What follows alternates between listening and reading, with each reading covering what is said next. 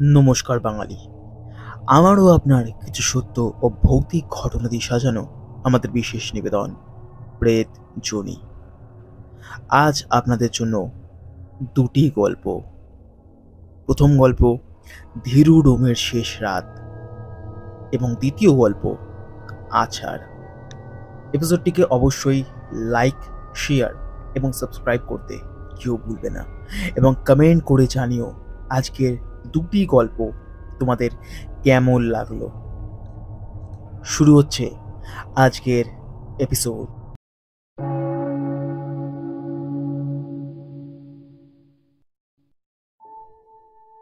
গত কিছুদিন ধরেই আমি তারাপীঠে আছি। জগন্নাথ দা কিছুদিন আগেই কল করে আমাকে জানিয়েছে ওনার আরেকটা নতুন তবে অন্যরকম একটা গল্প দরকার। আমার লেখা পরপর দুটি গল্পই ওনার ইউটিউব চ্যানেলে একদম ফাটিয়ে চলেছে। তা সেইগুলো অবশ্য একটু মডার্নিস্টিক এবং একঘেয়েমি গল্পের মতন। তা এই দুটি একমাত্র আমারই মনে হয়েছে। জগন্নাথদার মুখে যতদূর শুনেছি, মানুষ আমার আগের দুটি গল্পকে দারুণভাবে ভালোবাসা দিয়েছে। আমি কোনো লেখক টেখক নই, তবে লেখালেখিটা আমার নেশা বললেই চলে। তবে এইবারে জগন্নাথদার একটু অন্যরকম গল্প বলাতে সত্যিই একটু কেঁপে উঠেছি। ও হ্যাঁ, তারাপীঠে আসার কারণটা আপনাদেরকে তো বলাই হলো না। প্রথমত, আজ কৌশিক অমাবস্যা। এই অমাবস্যায় রাত জেগে তান্ত্রিকরা যে তন্ত্র সাধনা চালায় তা নিয়ে আমার একটু কৌতূহল আছে বটে। সেটা দেখার জন্যই কলকাতা থেকে এখানে ছুটে আসা। আর দ্বিতীয়ত, যদি এই তাগিদেই নতুন অন্যরকম গল্প পেয়ে যাই, তবে ক্ষতি কোথায়? কাল সকালে তারাপীঠে পৌঁছানোর পর মায়ের কাছে পুজো দিয়ে সেই যে শ্মশানে ঘুরপাক খাওয়া শুরু করেছি, সেই ঘুরপাক আমি এখনো খেয়ে যাচ্ছি। না না, মাঝে হোটেলে গিয়েছিলাম, তা শুধুমাত্র ঘুমানোর জন্যই। আজ সকাল থেকে এদিক ওদিক ঘুরে আবারও ফিরেছি শ্মশানে। এই শ্মশান, তান্ত্রিক, তন্ত্র সাধনার প্রতি আমার এক অন্যরকম টান আছে। এসব নিয়ে পড়াশোনাও যে কম করেছি তা নয়, তবে এইসব নিয়ে কৌতূহল যেন আমার কোনো কালই কম ছিল না। না না, এইসব নিয়ে আমার কৌতূহল থাকলেও প্র্যাকটিক্যালি এইসব তন্ত্র সাধনা নিয়ে আমি কোনোদিন নাড়াচাড়া করে দেখিনি, আর আশা করছি ভবিষ্যতেও করব না। এইসব দিকে আমি একটু হলেও ভীতু, তা ওই কৌতূহলটা পড়াশোনা অবধি রেখে দিয়েছি। মন্দির চত্বরটা একবার পাক খেয়ে হাঁটতে হাঁটতে এসে বসলাম শ্মশানের গা ঘেঁষে একখানা চায়ের দোকানে। দোকানে চা বলে ফোনটা সবেমাত্র খুলেছি, ঠিক সেই মুহূর্তে দেখলাম একজন মাঝবয়সী খানিক পাগলাটে লোক আমার সামনে দিয়ে ছুটতে ছুটতে গিয়ে কিছুটা দূরে গিয়ে হোঁচট খেয়ে পড়ে যায়। তবে অদ্ভুত ব্যাপারটা লাগলো এখানেই। আশেপাশে দিয়ে দেখলো অনেকেই, তবে ওনাকে কেউ তুলতে এলো না। আমার কেন জানি না লোকটাকে দেখে খানিক মায়া হলো। ছুটে গেলাম লোকটার কাছে, ওকে ধরে তুলতেই দেখলাম কেমন যেন একটা অবহেলিত চোখে আমার দিকে তাকালো।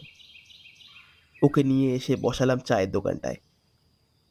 চায়ের দোকানে বসাতেই দোকানদারটা আমার পেছন থেকে বলে ওঠে, বাবু, কেন ওঠালেন ওকে? ও পাগল। পাগল বলে কি মানুষ নয়? তুমি চেনো একে? হ্যাঁ, তা চিনবো না কেন? ও ধীরুডোম। এই তো 3-4 মাস আগে অবধি ও শ্মশানে মরা পোড়াতো। এই 3 মাসে কি যে হলো কে জানে। কথাগুলো একদম শান্তভাবে শুনছিল পাগলাটা, হরফে ধীরুডোম। জিজ্ঞাসা করলাম, কিছু খাবে? মাথা ওপর নিচে নাড়িয়ে হ্যাঁ বলল আমায়। চায়ের দোকানে ওর জন্য দুটো ডিম টোস্ট অর্ডার দিয়ে আমার চায়ের কাপে চুমুক দিলাম। ঠিক সেই মুহূর্তেই দেখলাম ধীরু চিৎকার করতে শুরু করলো, খাবে খাবে, ও আমার বউ রেখেইছে, ও আমার ছেলে রেখেইছে, এবার আমায় খাবে, খাবে খাবে, আমার আমার শেষ, আমার দিন শেষ বলে ছুট লাগালো শ্মশানের ভিতর। আমি না জানি কেন চায়ের দোকানে সব টাকা মিটিয়ে ধীরুর জন্য অর্ডার দেওয়া দুটো ডিম টোস্ট নিয়ে ছুট দিলাম ওর পেছনে। ছুটতে ছুটতে গিয়ে দেখলাম ও চুপটি করে গিয়ে বসে আছে শ্মশানের ভেতরের ডান দিক ঘেঁষে একটা অশ্বত্থ গাছের তলায়। গিয়ে বসলাম ওর পাশে। বললাম, এমনভাবে পালিয়ে এলে কেন? তোমার জন্য তো খাবার বলেছিলাম, খাবে না? ধীরু ভয়ে ভয়ে আবারও মাথা ওপর থেকে নিচে নাড়িয়ে বলল, খাবো। ডিম টোস্টটা ওকে দিতেই দেখলাম গোগ্রাসে খেতে শুরু করলো ধীরু। ডিম টোস্টে 2-1 কামড় দিয়েছে, তারপরেই জিজ্ঞাসা করলাম, তা কি পিছু করে তোমার? কথাটা শুনে কথাটা শুনে লোকটা খাওয়া থামিয়ে ধীরে ধীরে আমার দিকে চোখ তুলে তাকায় এবং বলে, পিশাচ, পিশাচ। ও আমার বউ রেখেইছে, আমার ছেলে রেখেইছে, এবার আমায় খাবে। কথাগুলো শুনে কেমন যেন গায়ে কাঁটা দিয়ে উঠল। বললাম, কোথা থেকে এলো এই পিশাচ?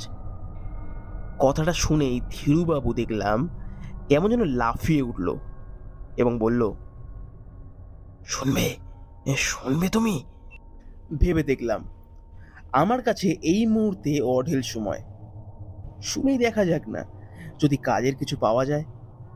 বললাম, হ্যাঁ অবশ্যই, বলো তুমি। শেষের ডিম টোস্টটা একখানা বড় সড়ো কামড় বসিয়ে খাওয়া শেষ করলো ধীরু। দুপা একসঙ্গে জড়ো করে বাবু হয়ে বসে ধীরু বলতে শুরু করলো, বাবু, গত 5 বছর ধরে আমি এই শ্মশানের টো, কত মরা পুড়িয়েছি তার কোনো হিসাব রাখিনি। আমার ঠাকুরদার আমার ঠাকুরদা শুরু করেছিল এই কাজ, বংশ পরম্পরায় আমিও পেয়েছি। কত গভীর রাত অবধি মরা পুড়িয়েছি, এক ফোঁটা ভয় লাগেনি। তবে সেই রাতে ওই যে মরাটা নিয়ে এসেছিল, এই মরাটা দেখা মাত্রই কেমন যেন আমার সারা শরীরে কাঁটা দিয়ে উঠেছিল। কে নিয়ে এসেছিল? একজন বুড়ো তান্ত্রিক ও তার 2জন সেবায়েত এসে বললেন, এখন এখন 3টে বাজে, ঠিক 3:13 এই মরাটা পোড়াতে শুরু করবি। আরে ছাই ওই পিতলের খুঁটিটায় দিয়ে গঙ্গায় দিয়ে দিবি। সঙ্গে কিছু টাকাও দিয়েছিলেন। এই বলে উনি চলে যান। তবে কথাটা উনি জোর করেই বলে যান যে ওই 3:13 পুরানো শুরু করতে হবে। আর প্রথমে মরাটার দিকে আমি তেমন ভালো করে তাকাইনি। তারপর যখন মরাটাকে নিয়ে চিতার কাছে আসি, সেই সময় মরাটাকে দেখলাম ভালো করে। বিশ্বাস করো বাবু, ওই এই জীবনে এত মরা পুড়িয়েছে কোনোদিন আমার অমন অনুভূতি হয়নি।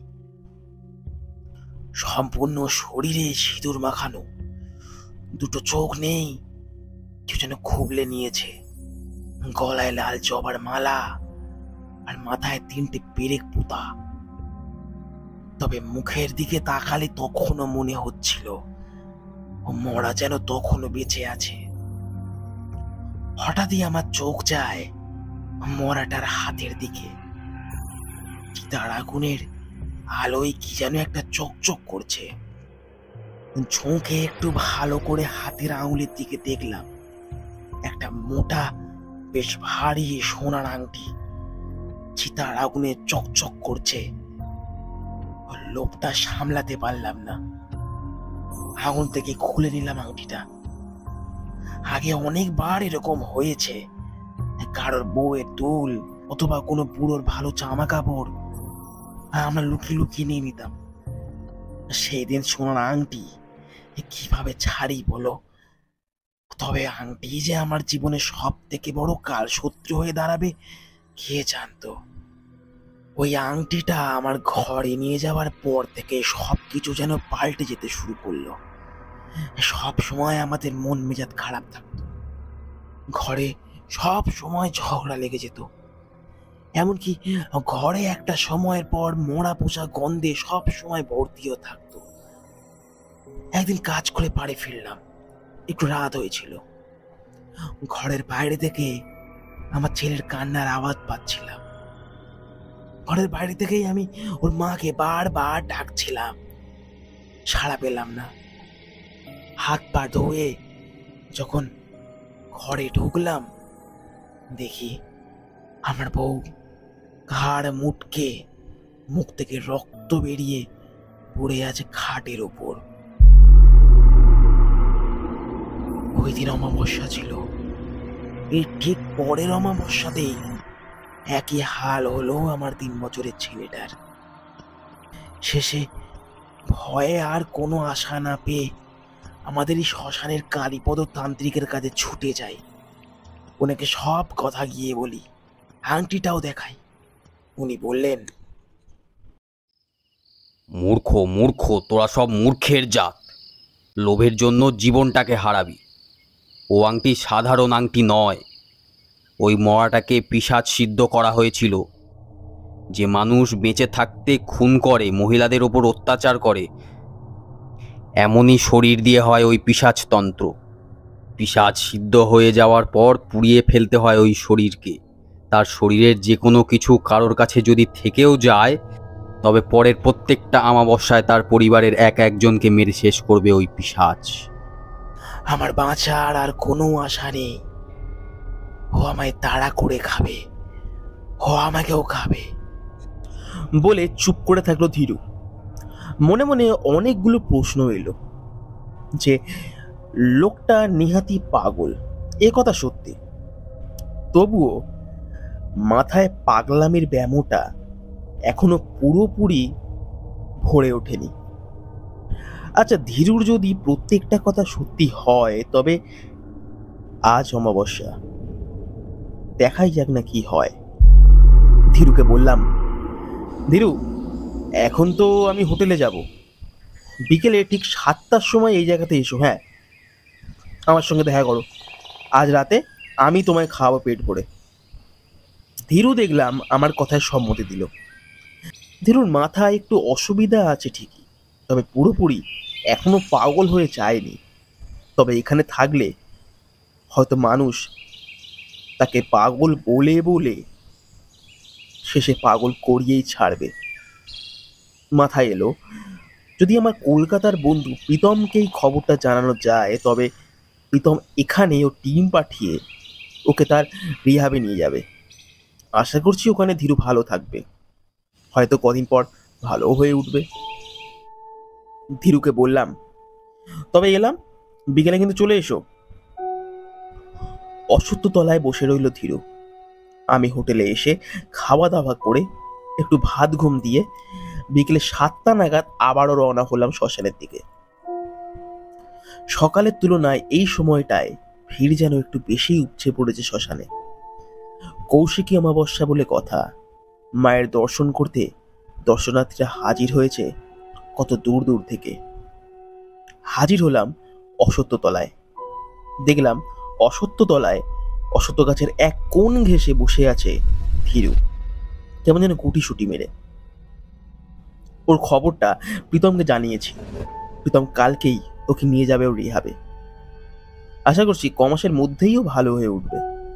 খানিকটা ওকে এই কথা জানিয়েছিলাম, তাতে মুখে ওর কোনো অনুভূতি প্রকাশ পেল না। এই দুদিনে বেশ একা একা ছিলাম, তবে ধীরুর সাথে কথা বলতে বলতে কখন যে এক অদ্ভুত বন্ধুত্ব হয়ে গিয়েছে ওর সাথে, সত্যিই আমি খেয়াল করতে পারিনি। ওর জন্য যদি আমি এইটুকু করতে পারি, সত্যি আমার খুবই ভালো লাগবে। তান্ত্রিকদের তন্ত্র সাধনা, শ্মশানের জনকোলাহল দেখতে দেখতে কখন যে রাত 3টে বেজে গেছে আমার খেয়ালই নেই। ধীরুও ছিল আমার সাথে। যেখানে যেখানে যাচ্ছিলাম ঠিক আমার পেছন পেছন আসছিল। সময় দেখলাম রাত 3:30। বললাম, ধীরু, আমাকে উঠতে হবে। হ্যাঁ, তুমি কালকে ঠিক এখানে সকাল সকাল চলে এসো, কিন্তু তোমাকে ওরা ভালো জায়গায় নিয়ে যাবে। এখন যাও, বাড়িতে যাও। ধীরু দেখলাম খানিক আমার মুখের দিকে তাকিয়ে কেমন উদাসীনভাবে হেসে উঠল। তারপর আমার সামনে গুটি গুটি পায়ে ভিড়ের মধ্যে মিলিয়ে গেল। বিকেলের মধ্যেই দুজনেরই খাওয়া দাওয়া সম্পূর্ণ হয়ে গিয়েছিল, তাই আশা করছি রাতে আর ধীরুর খাবার প্রয়োজন হবে না। হোটেলে শুয়ে মাথার মধ্যে কেন জানি না খালি ধীরুর কথাই চলছিল। একটা মানুষ, বউ, বাচ্চা পরপর 2 মাসের মধ্যেই মারা গেছে। তার তো মানসিক বিকৃতি হওয়াটাই স্বাভাবিক। তবুও প্রীতমের রিহাবে যদি ওকে পাঠানো যায় তবে তাড়াতাড়ি ভালো হয়ে উঠবে আশা করছি। এসব ভাবতে ভাবতে কখন যে আমার চোখ লেগে গেছে তা আমার খেয়ালই নেই। চোখ খুললো প্রীতমের ফোনে কথা বলে বুঝলাম ওরা 12:30টার মধ্যেই তারাপীঠে এসে পৌঁছে যাবে। চট করে উঠে ফ্রেশ হয়ে ঘড়ির দিকে তাকালাম, 9:30 বাজে। আজ আমাকেও কলকাতা ফিরতে হবে। আমার ট্রেন বিকেলবেলা।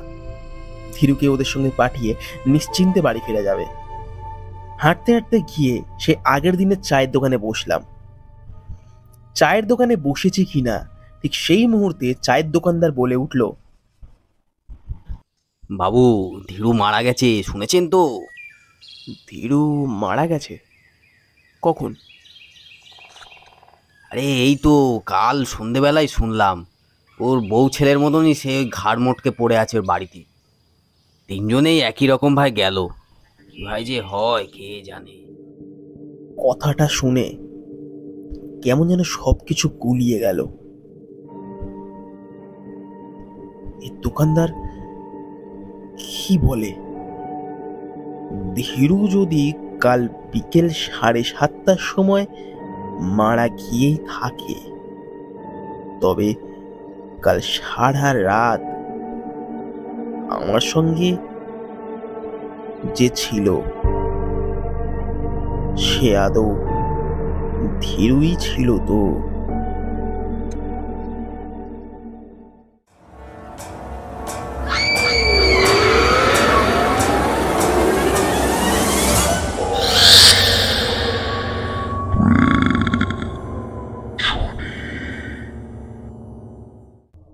আমার নাম হৃদয় দাস।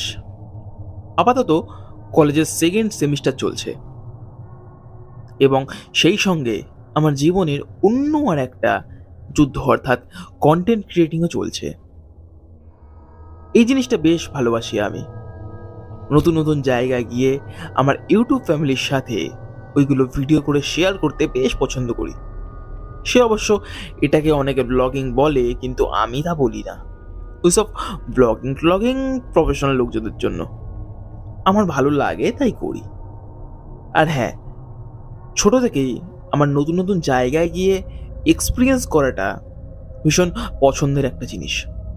তাই ভাবলাম এই সময় কলেজের 2nd সেমিস্টার সবে শেষ হয়েছে, হাতে অঢেল সময়, তাই চললাম বড় দাদুর বাড়িতে। আমার বড় দাদুর বাড়ি পুরুলিয়া স্টেশন থেকে 2টি স্টেশন পরে কুসুমপুরিতে। সে অবশ্য ঠিক ওখানে সোজাসুজি কোনো বাস যায় না, তবে তুরুংপুরা বলে একটি স্টপ আছে, ওখান থেকে টোটো বা অটো ধরতে হয়। খুব একটা বেশিক্ষণের রাস্তা নয়, তবে ধর্মতলা থেকে একমাত্র রাতেই ওইখানকার বাস ছাড়ে। যেমন চিন্তা ভাবনা করলাম ঠিক কাজও তেমন করলাম। ধর্মতলা থেকে বাস ধরলাম, তখন সময় প্রায় বিকেল 5টা। বাস ধরে কলকাতা ছাড়িয়ে যখন পুরুলিয়া থেকে কিছুটা দূরে পৌঁছেছি ঠিক সেই সময় জানা যায় যেই রোড দিয়ে আমাদের বাস পুরুলিয়ার দিকে এগোবে সেই রোডে কোনো কারণে প্রচণ্ড ঝামেলার সৃষ্টি হয়েছে, যার কারণে বাস এই মুহূর্তে আর এগোবে না। এবং বাস ঠিক এমনই জায়গায় থেমেছে যেখানে বাসের এক পাশে ঘন বন জঙ্গল এবং অন্য পাশে একটা লম্বা মাঠ ছাড়া আর কিচ্ছু নেই। পুরুলিয়া যাচ্ছিলাম মাত্র আমরা 3 থেকে 4 জন, বাদবাকি সবাই আগের স্টপেই নেমে গিয়েছে। ড্রাইভারকে জিজ্ঞাসা করে জানতে পারলাম এই যে ঝামেলা লেগেছে, এই ঝামেলা পরের দিনে সকালের আগে থামবে বলে মনে হচ্ছে না। ওনারা এও জানায় যতক্ষণ না তারা খবর পাচ্ছে ততক্ষণ তারা এইখান থেকে বাস এক ফোঁটা নড়াবেন না, নয়তো সামনে গিয়ে তাদের বাস ভাঙচুর হবার সম্ভাবনা রয়েছে। অগত্যা বাসে বসেই অপেক্ষা করতে হলো। কিছুক্ষণ অপেক্ষা করার পর কেন জানি না বাসের মধ্যেই আমার দম বন্ধ হয়ে আসতে শুরু করলো। জানালা দিয়ে বাসের আশপাশটা দেখলাম, বেশ নিঝুম আর শান্ত হয়ে আছে চারিপাশ। এক কথায় গায়ে কাঁটা ধরিয়ে দেওয়ার জন্য যথেষ্ট। জঙ্গলের দিকটা তেমন একটা আমার পছন্দ না হলেও রাস্তার এই ধারটায় খোলা ও বড় মাঠ দেখে ভাবলাম একটু বাইরে গিয়ে বসে হাওয়া খেলে মন্দ হয় না। এপ্রিল মাসের এই গা ফাটানো গরমে বেশ ঠান্ডা হাওয়াও দিচ্ছিল। বাস থেকে নিচে নামলাম। ঝিঝি ও নিশি পাখির ডাকে কান একেবারে ঝালাপালা হয়ে যাবার দায়। তবে কি বলুন তো, মাঝে মাঝে এমন কিছু কিছু ঘটনা কিন্তু আমাদের জীবনে ঘটা ভালো, কারণ এই ছোট্ট ছোট্ট ঘটনা আমাদের জীবনে যে এত বড় বড় অভিজ্ঞতা এনে দেয় তা কিন্তু আমরা নিজেরাও জানি না।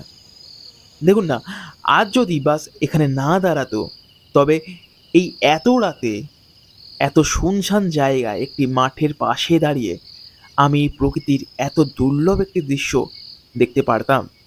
নিশ্চয়ই ওই কলকাতার যানজটে ভরা শহরে ধোঁয়ার মেঘের মধ্যে নিজেকেই দেখতে পাই না, তার উপর আবার এইসব ভাবলেও হাসি পায়।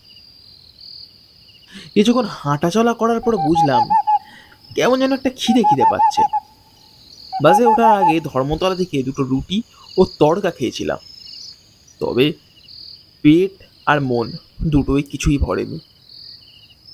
ব্যাগে একটি চকলেট বিস্কুট রাখা ছিল, তবে তা খেয়ে আর যাই হোক এই খিদে মিটবে না। আর এত রাতে কোনো দোকানপাটের আশা করাটাই নেহাত বোকামো হবে।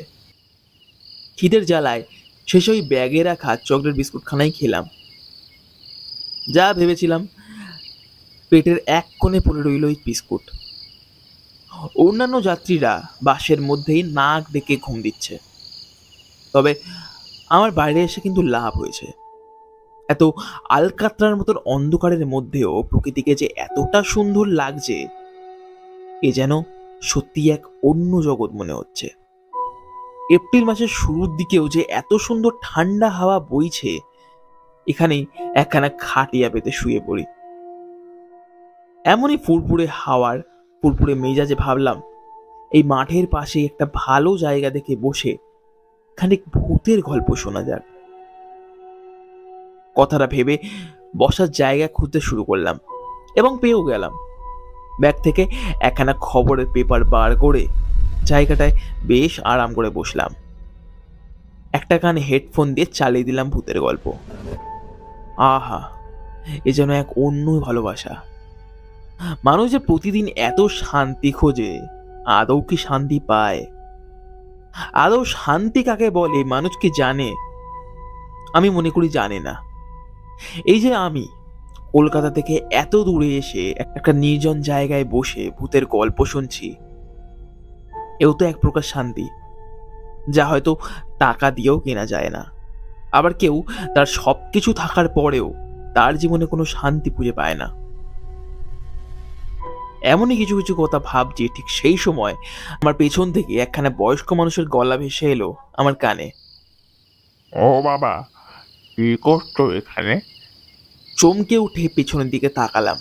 দেখি একজন অতি বয়স্ক ভদ্রলোক, বয়সে আমার দাদু, পরনে একখানা ময়লা তবে সাদা রঙের ধুতি, আর অন্ধকারে তার মুখ খুব একটা বোঝা যাচ্ছে না, তবে বোধ হয় বাদামি রঙের ফতুয়া পড়া আছে, হাতে একখানা লাঠি। বললাম, না না দাদু, তেমন কিছুই না, এই সামনের রোডে প্রচণ্ড ঝামেলা লেগেছে, তাই বাস এখানে দাঁড়িয়ে আছে, বসে একটু গল্প শুনছিলাম। হ্যাঁ হ্যাঁ, তা অবশ্য এই কথা আমার কানে এসেছে। তা কোথা থেকে আসছো বাবা? আমি কলকাতা থেকে আসছি। লোকটি দেখলাম আমার পাশেই খানিক নিজের মতন জায়গা করে নিয়ে কষ্ট করে ধপ করে বসে পড়ল। আমি বললাম, তা আপনি এত রাতে কি করছেন? আমি আমার বাড়ি তো এখানে।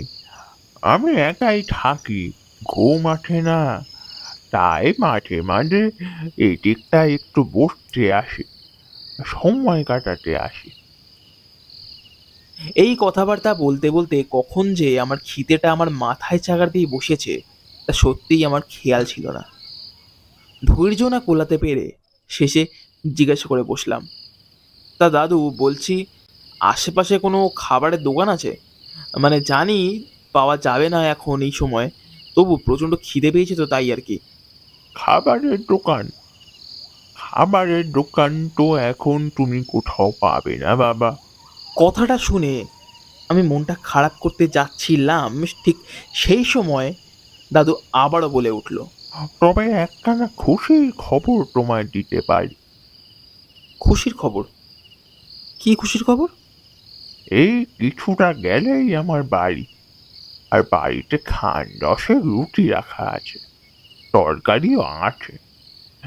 যদি খিদে পায় তাহলে আমার বাড়িতে গিয়ে খেতে পারো।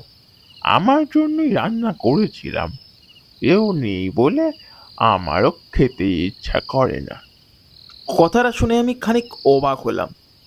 এও আবার হয় নাকি? এত রাতে হুট করে একটা লোক কোথা থেকে আগমন হয়েছে, বলছে আবার তার বাড়িতে গিয়ে রুটি খেতে। বুঝলাম না সত্যি কি আমার কপালটা এতটা ভালো, না আদৌ এতটাই ভালো মানুষ আজও পৃথিবীতে বেঁচে আছে। বললাম, না না, তা কি করে হয়? আপনি একজন অজানা মানুষ, আপনি কেনই বা আমাকে নিয়ে যাবেন আপনার বাড়িতে? না না, অজানা কোথায়।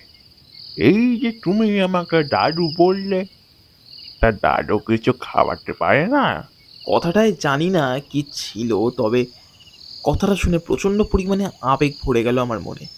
বললাম, কথাটা বলে সত্যি কিন্তু আমায় বড্ড চিন্তায় ফেললেন। আহা, চিন্তা ভাবনা কি আছে হ্যাঁ? এও তোমার যেমন খিদে পেয়েছে আমারও তেমন খিদে পেয়েছে, আর তুমি খেতে পারছো না তোমার কাছে খাবার নেই বলে, আর আমি খেতে পারছি না আমার কাছে কোনো সঙ্গী নেই বলে। এত চিন্তা করো না, গিয়ে খাবে চলো। আমার হাতে তৈরি রুটি, মাংসের তরকারি আর আচার। আর আমার হাতে তৈরি আচার খেয়ে আজ অব্দি কেউ খারাপ বলতে পারেনি। আমি রাজি হতে বাধ্য হলাম। বাসের ড্রাইভারকে জিজ্ঞাসা করে বুঝলাম বাস ছাড়তে প্রায় এখনো ঢের দেরি। হাঁটতে শুরু করলাম ওই অজানা দাদুর সাথে। বাসের পেছন দিক দিয়ে সোজা হেঁটে হেঁটে মাঠের গা ঘেঁষে শেষের দিকে পৌঁছতে দেখলাম একটা ছোট্ট পাকা বাড়ি। বেশি বড় নয়, ঢালাই করা একটা বেশ পুরনো গোছের বাড়ি, একদম রোডের পাশেই। ঘরে ঢুকতেই একখানা ছোট্ট মোমবাতি জ্বালিয়ে দেয় লোকটি। হালকা চাঁদের আলোয় আর মোমবাতির আলোয় এইবার লোকটার মুখ আমি বেশ ভালো করে দেখতে পেলাম। মুখের মধ্যে বেশ বার্ধক্যের ছাপ আছে।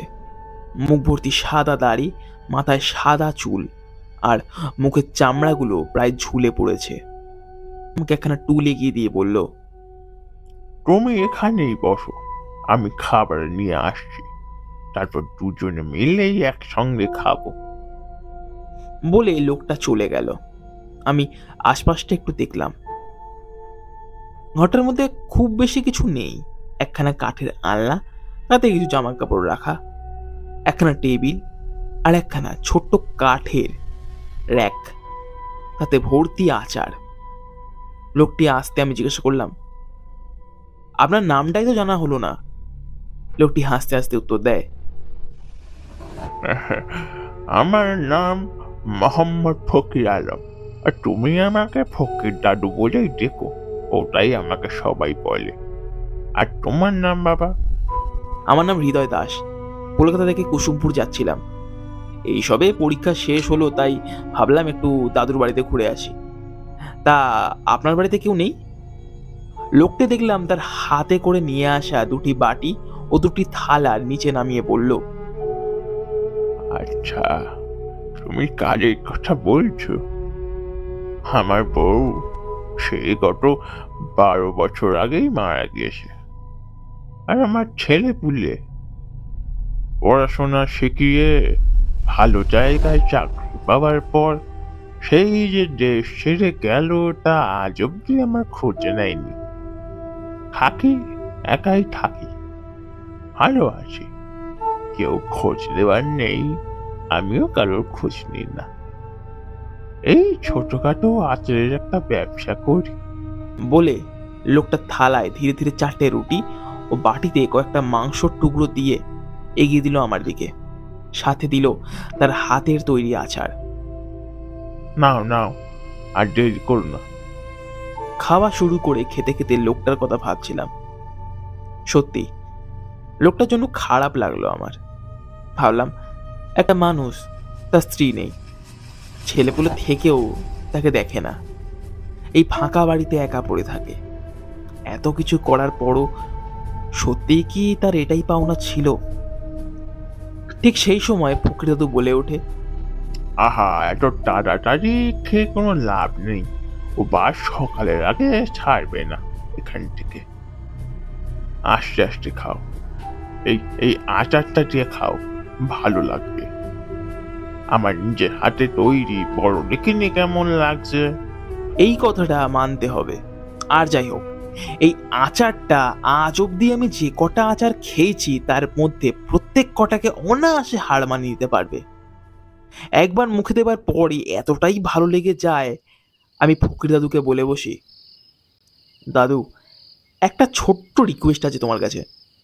তোমার আচারটা আমার বেশ ভালো লেগেছে, অল্প করে একটু দেওয়া যাবে? আমার দাদুকে গিয়ে খাওয়াবো, আর উনিও কিন্তু আচার খেতে বেশ ভালোবাসে। ওই নিয়ে চিন্তা করতে হবে না। তুমি যাওয়ার আগে আমি বেশ কয়েকটা বয়াম আচার তোমাকে দিয়ে দেব, শান্তি করে খেও।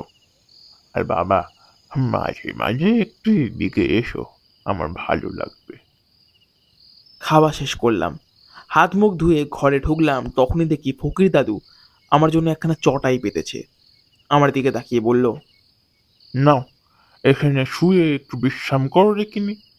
আমি তোমায় কাল সকাল সকাল ডেকে দেব। আমি একটু ভাবলাম বটে, তবে এখান থেকে আমার বাস একদম পরিষ্কার দেখা যাচ্ছে, আর সকাল অবধি ওই বাসে নাক ডাকার মধ্যে বিশ্রাম নেওয়ার থেকে এখানে শুয়ে একটু জিরিয়ে নেওয়া ভালো। তাই 2 ঘন্টার অ্যালার্ম দিয়ে খানিক চোখ বুজিয়ে শুয়ে পড়লাম। চোখ খুলল খানিক কোলাহলে। একজন বয়স্ক লোক ও কতগুলো অন্যান্য লোকজন এসে ঘিরে রেখেছে আমাকে। বলল, এই এই আপনি কে? এই মাঠের মধ্যে এমন ভাবে শুয়ে আছেন কেন? মাঠের মধ্যে? অদ্ভুত। লাফিয়ে উঠলাম আমি। উঠে দেখি সত্যি আমি মাঠের মধ্যে হাত পা ছড়িয়ে এতক্ষণ ঘুমাচ্ছিলাম। কেমন যেন সবকিছু গোলাতে লাগলো আমার। ওই লোকটা আবার জিজ্ঞাসা করলো, আরে কে আপনি, বলবেন তো? আমি আমতা আমতা করে বললাম, আমি আমি তো ফকির দাদু, এখানে কি করে এলাম? হ্যাঁ, কি বললেন? ফকির দাদু? তাকে তুমি পাচ্ছ কোথায় বাপু? কেন, না পাওয়ার কি আছে? আরে বাবা, ফকির দাদু তো গত বছর আগেই না খেয়ে অসুখে ভুগে মারা গেছে। বড্ড ভালো মানুষ ছিল গো, আচার ব্যবসা করে শুধু গরিবদেরই খাইয়েছে। আর তা তুমি কেউ হও নাকি ওনার? হতবম্বের মতন তাকিয়ে থাকলাম আমি। কাল রাতে যে আমার সঙ্গে এত কিছু হয়েছে, যে মানুষটার সঙ্গে আমি কথা অবধি বলেছি, তা সত্যি কি স্বপ্ন ছিল? এর উত্তর ঠিক পরক্ষণেই পেলাম আমি। চোখটা নিচের দিকে নামাতেই দেখলাম পায়ের কাছে পড়ে আছে 2খানা ফকির দাদুর হাতে তৈরি আচারের বয়েম।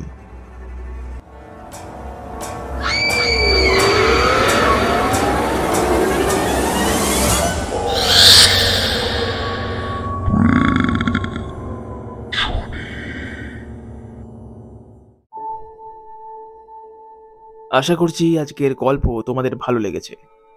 ভালো লাগলে কিন্তু অবশ্যই একটি লাইক, সাবস্ক্রাইব এবং কমেন্ট করে যেতে কেউ ভুলো না। শেয়ার করে দিও তোমার বন্ধু বান্ধব ও প্রিয়জনদের সঙ্গে। আমি ফিরবো এরকমই আরও একটি নতুন গল্প নিয়ে, নতুন আরও একটি ভয়ঙ্কর গল্প নিয়ে। প্লিজ সাপোর্ট করো। ফিরছি পরের বৃহস্পতিবার ঠিক রাত 11টায়। আজকের জন্য সকলকে শুভরাত্রি।